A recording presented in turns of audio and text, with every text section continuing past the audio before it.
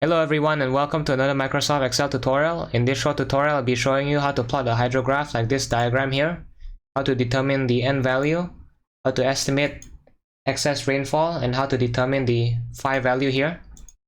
So first things first, we need to know what a hydrograph is. So as you can see over here, a hydrograph is essentially a plot of discharge in a stream against time in chronological order.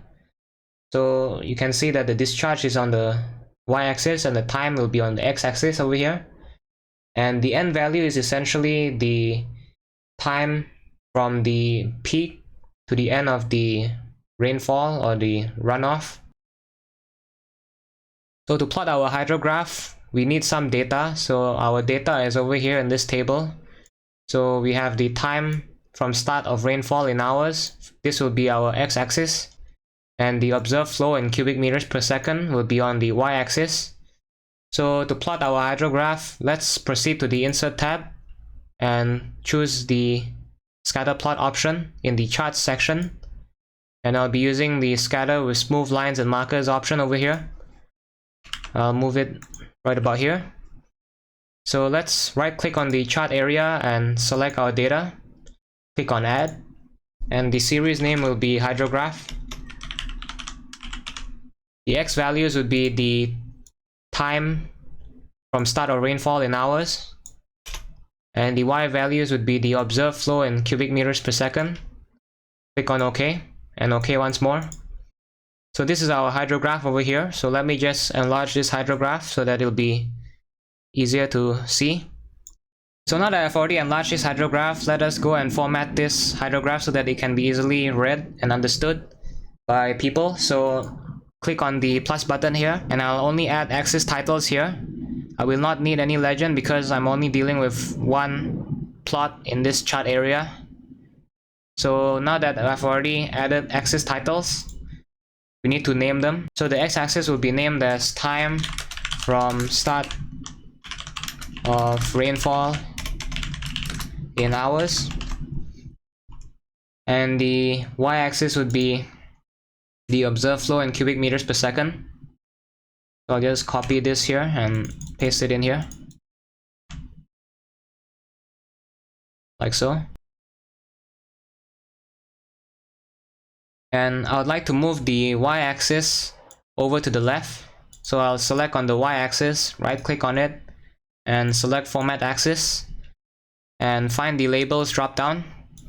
So right now the y-axis is set to next to axis. If you were to set it to high, the y-axis would be on the right over here. If you set it to low, it will be on the left. And if you set it to none, you won't have any y-axis. So in this case, I'll be using the low option here because I want the y-axis to be on the left. And I would like to add some minor grid lines to both the x and y-axis, like so.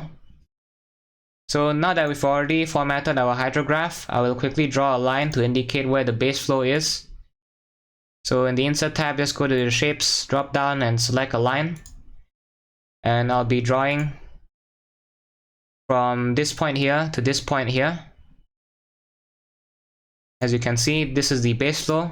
And upon plotting this line over here, you can see that the reading is 5 cubic meters per second for the base flow, according to this hydrograph.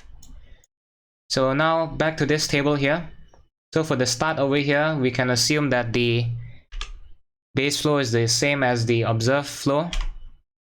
And the same goes for these two observed flow values over here, because it is impossible for the observed flow to be 4.5 cubic meters per second, and then you have a base flow of 5.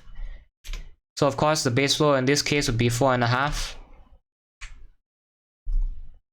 And the rest of the fields would have a base flow of 5. And the direct runoff can be calculated using this equation, equal sign observed flow minus base flow.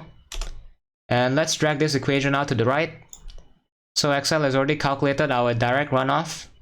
So now let us calculate the total direct runoff. So key in equal sign sum, open brackets, and sum up all the direct runoff values over here. So we should get about 69 cubic meters per second. So now let us quickly deal with the unknown values over here. So the direct runoff volume is equal to the total direct runoff multiplied by time interval. So our total direct runoff is 69 cubic meters per second. And the time interval is 6 hours. So just key in equal sign 69 multiplied by 6 hours multiplied by 3600. We multiply the 6 hours by 3600 to convert it into seconds. So hit enter. So this is our direct runoff volume here in cubic meters. So now to calculate the direct runoff depth, we need to divide the direct runoff volume by the catchment area. So equal sign, open brackets, the direct runoff volume divided by the catchment area converted into square meters. So this is our direct runoff depth. So it is 5.52 centimeters here. So it's 5.52. And the Phi Index is essentially the total rainfall minus direct runoff depth divided by duration. So equal sign, open brackets, 6.6 over here, which is the sum of these two rainfall magnitudes, minus 5.52 divided by 8. So the n value is essentially the number of days from the peak of the hydrograph to the n, or should I say the n of the rainfall or direct runoff. So you can determine the n value by this equation. So just key in 0.83 multiplied by the area of your catchment to the power of 0.2.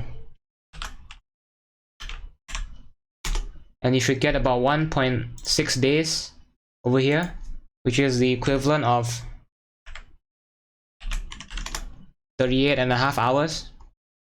You can also determine the n value from the hydrograph.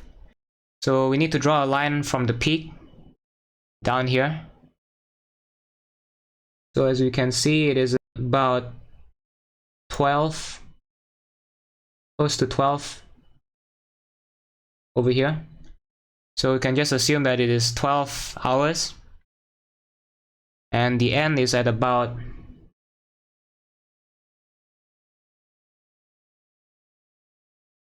48 hours over here. So from the peak to this end over here, it is about 36 hours, since it is 48 minus 12. So in this case, we'll be using the hydrograph value, since the n value from calculation is 2.5 hours off from the hydrograph value. So this marks the end of the short Microsoft Excel tutorial on hydrographs. And I do hope that you found this video useful, and if you did, do give this video a like and do consider subscribing to my channel if you find my content useful. And as always, stay safe, keep learning, and goodbye.